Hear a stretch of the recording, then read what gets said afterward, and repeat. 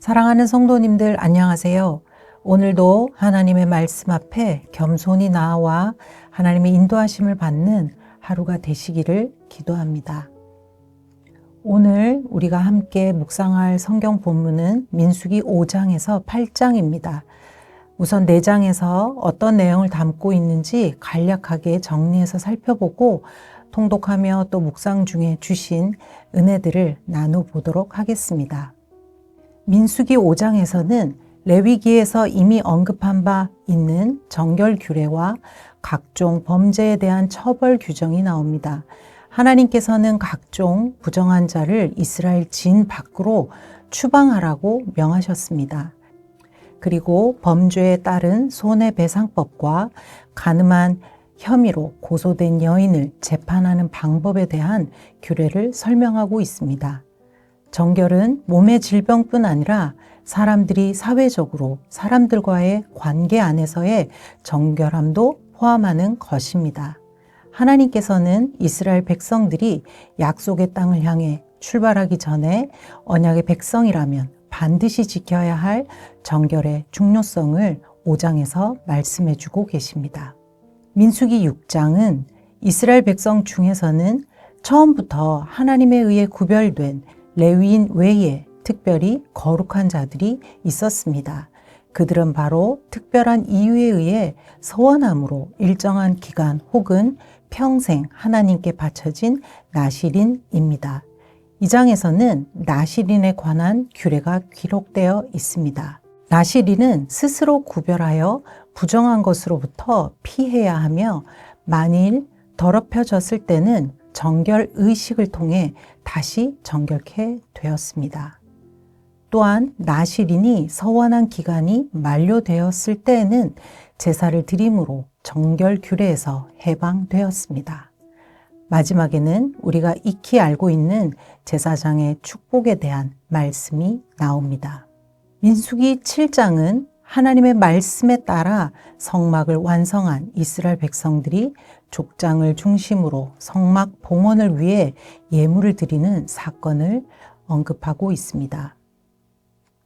모세는 족장별로 여호와께서 드릴 예물을 정하고 그것을 레위 족속에게 분배하여 성막 봉사를 위해 쓰게 하였습니다.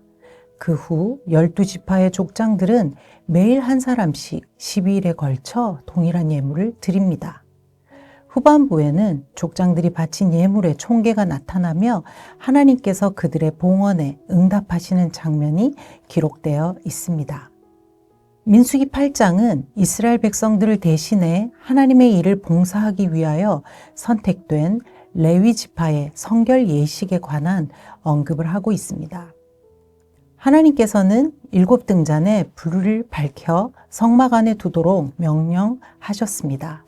한편 레위인들에게 성막 봉사에 앞서 정결 의식을 거행하도록 명하시고 이스라엘의 초태생을 대신하여 레위인을 하나님의 것으로 선택하셨음을 밝히고 계십니다.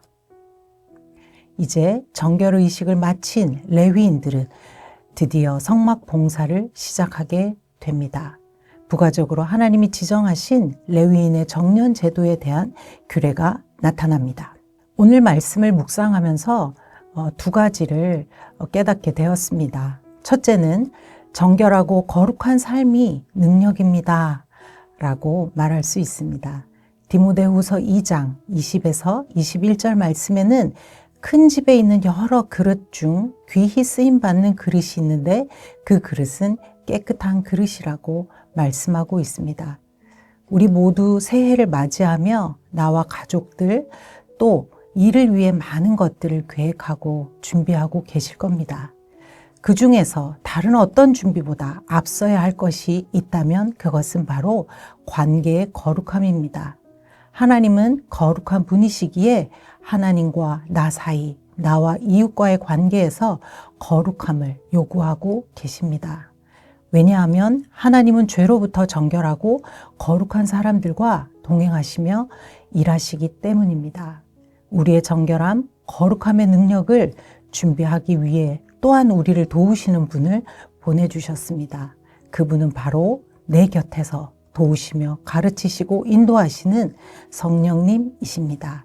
매일 말씀을 읽고 묵상하며 거룩함의 불꽃을 이어가시는 성도님들이 되시기를 축복합니다.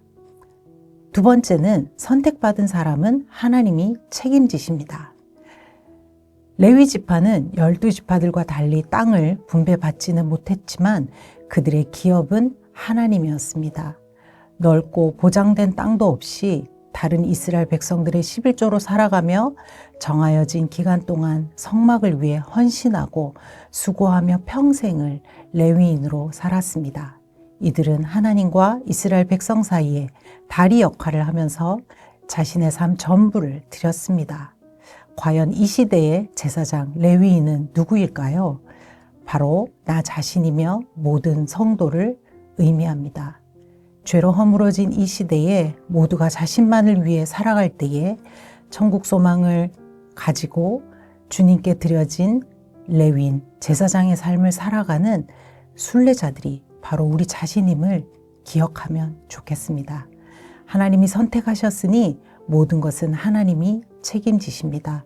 그러한 믿음과 신뢰가 있으면 즐겁게 오늘의 내게 주신 그 믿음의 길을 기쁘게 걸어가실 줄 믿습니다.